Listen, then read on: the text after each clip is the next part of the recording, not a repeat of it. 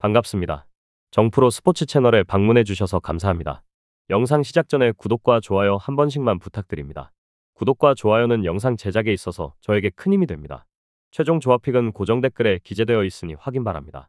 이어서 경기 분석 시작하겠습니다. 첫 번째 경기, 라쿠텐 대 세이부. 선발 투수 라쿠텐 후지 마사루가 홈 개막전에 선발로 마운드에 오른다. 작년 11승 5패 2.93이라는 놀라운 성적을 거둔 후지이는 기교파로선 기대 이상의 투구를 보여준 바 있다. 작년 세이브 상대로 3승 1.86으로 유독 세이브에게 강점을 보여준 투수인데 홈 경기에서 살짝 기복이 있다는 변수가 있다. 선발 투수 세이브 스미다 7호가 연패 스토퍼로 나선다. 작년 9승 10패 2.76의 성적을 기록한 스미다는 투구 내용은 더 좋아졌지만 승운이 상당히 따르지 않는 모습을 보여주었다. 작년 라쿠텐 원정에서 2승 1패 3.00의 성적을 기록했는데 원정 야간 경기에 강점이 있는 투수였기 때문에 기대를 걸어도 좋아 보인다. 불펜진 라쿠텐 카라시마 와타루의 조기 강판 이후 6.1이닝 동안 3실점. 마치 토모타카는 그렇다 쳐도 이시가키 마사야가 2.1이닝을 무실점으로 막아낸 게 다행스럽다. 문제는 닉털리의 실점 등 현재 이 팀의 불펜은 초기 출발이 극도로 좋지 않다는 점이다. 이 일에 휴식이 도움이 될지 두고 봐야 할 듯. 불펜진 세이브 타카하시 코나 강판 이후 4이닝 2안타 1실점. 추격조의 투구 자체는 나쁘지 않았다. 일단 영입파인 쿠로키 유타의 퍼펙트는 다행. 미래를 보고 키우는 하다 신노스케는 일단 불펜으로 키우는 듯하다. 타격 라쿠텐 타카시마 상대로 무수한 찬스를 날려보내면서 한 점. 일요일 경기에서 11안타 3볼넷 탄점이란 건 정말 크게 반성해야 한다. 정규 이닝에서 이 팀의 타격을 기대하는 건 정말 무리인가. 홈에서 반등이 필요하다. 타격 세이브 잠자고 있던 사자 타선이 어느 정도 살아났다. 패배하긴 했지만 두 번의 찬스에서 홈런 포함 5점을 올린 건 나름 긍정적인 부분. 그런데 그 홈런이 토노사키의 손에서 나왔는데 이채롭다. 결론을 말씀드리면 라쿠텐의 개막전은 비록 연기되었다.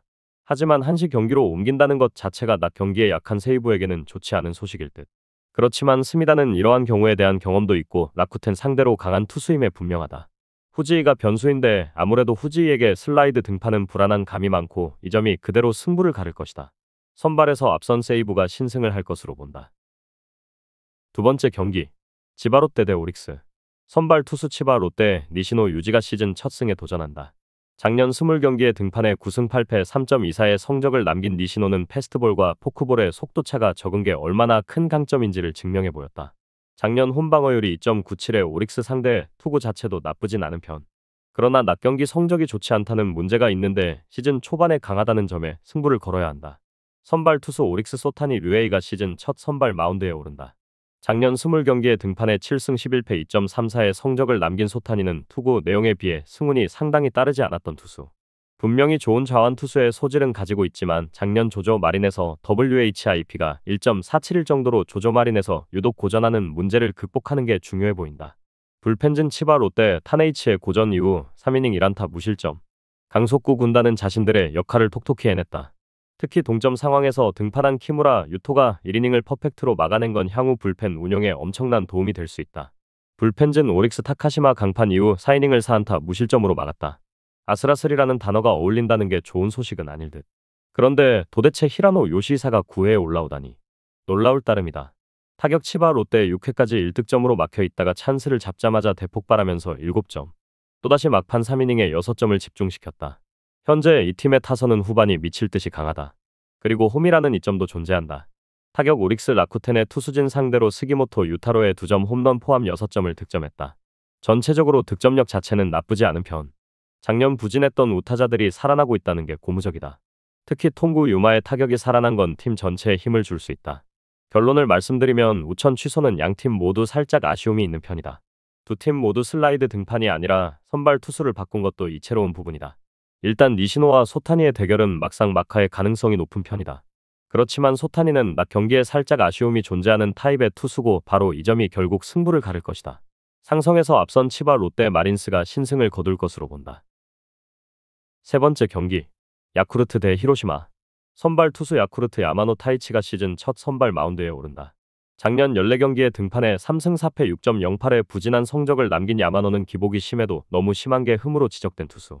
여러 가지로 선발로서 부족한 점이 많은 투수인데 그가 굳이 선발 찬스를 잡게 된 건 히로시마의 좌타자들이 많다는 이유 하나 때문일 것이다.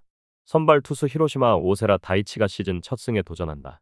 작년 25경기에 등판해 6승 6패 1.86의 성적을 남긴 오호세라는 전반기 최고의 투수였다고 해도 과언이 아닌 시즌을 보낸 바 있다. 작년 야쿠르트 상대로 1승 1패 3.21로 매우 좋지 않았는데 그 이유는 바로 진구 구장 원정에서 시즌 후반 5.2이닝 6실점으로 크게 무너진 경험 때문이다.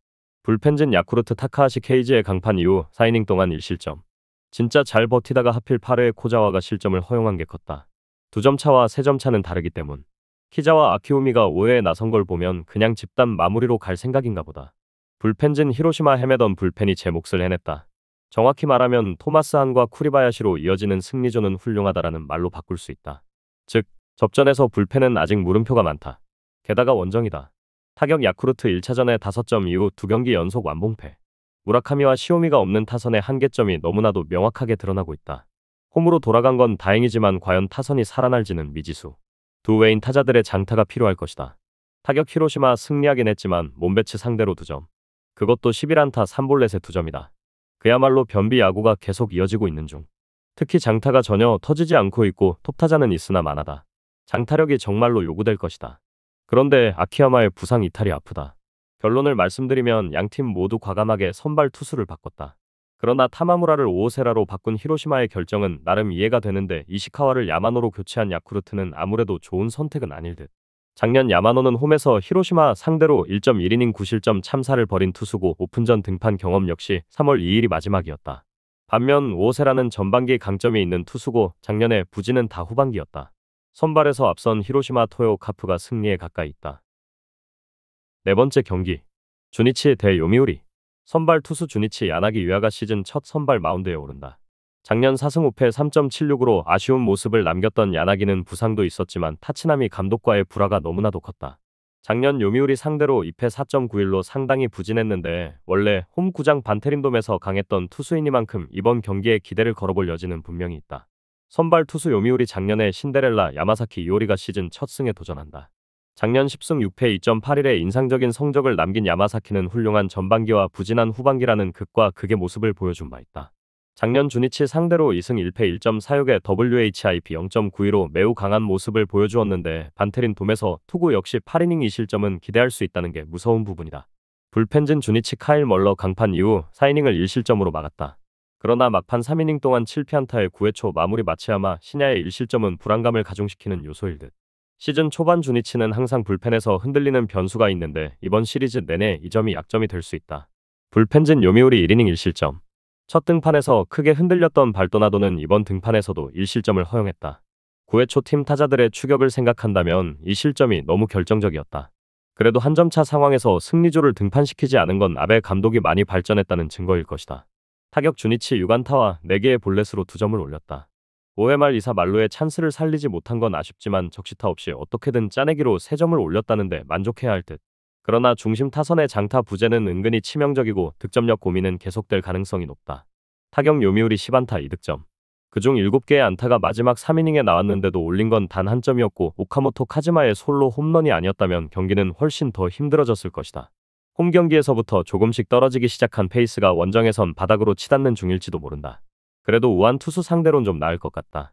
결론을 말씀드리면 카일 멀러를 상대하기 위해 톱타자를 바꾼 요미우리의 방책은 대실패로 돌아갔다. 그러나 우한 투수를 상대한다면 이야기는 달라질 가능성이 높은 편.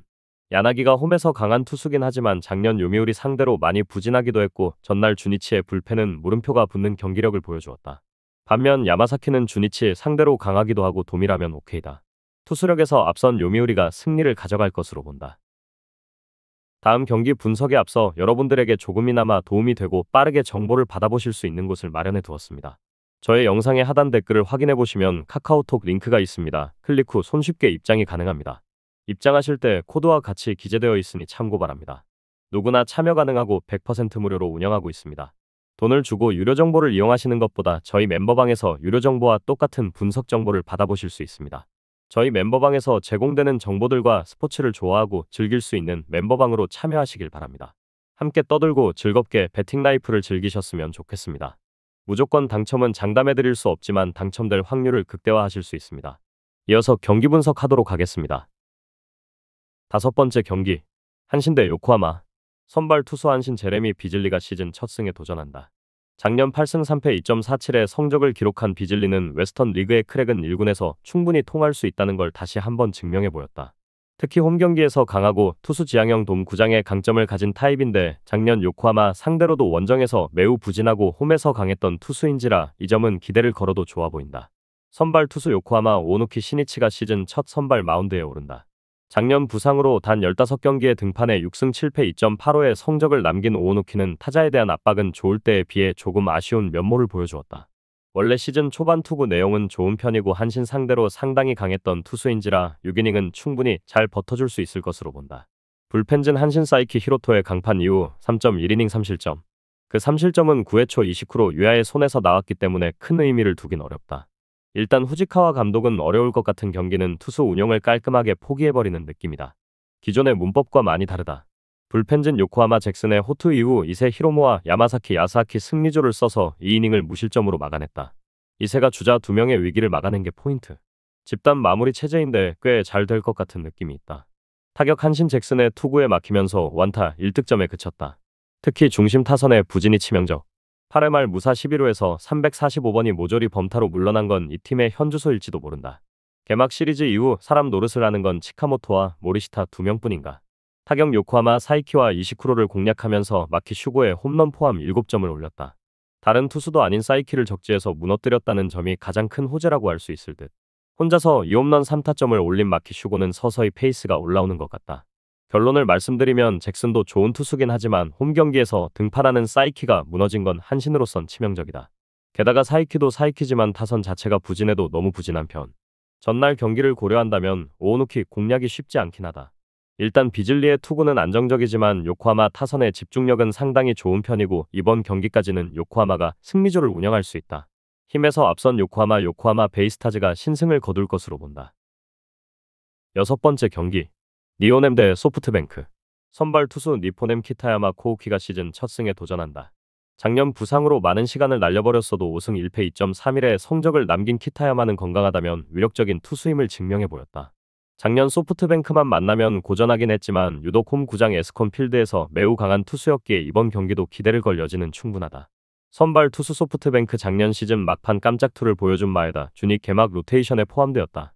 작년 단 한 경기에 등판해 니포넴 상대로 6이닝 4안타 무실점의 호투로 승리를 거두었던 마에다는 훌륭한 오픈전 성적을 바탕으로 로테이션에 합류하는 데 성공했다. 포심 평균 구속은 140.2캠에 불과하지만 워낙 제구가 좋고 운영이 좋은 타입인지라 5에서 6이닝 정도는 공략이 쉽지 않을 것이다.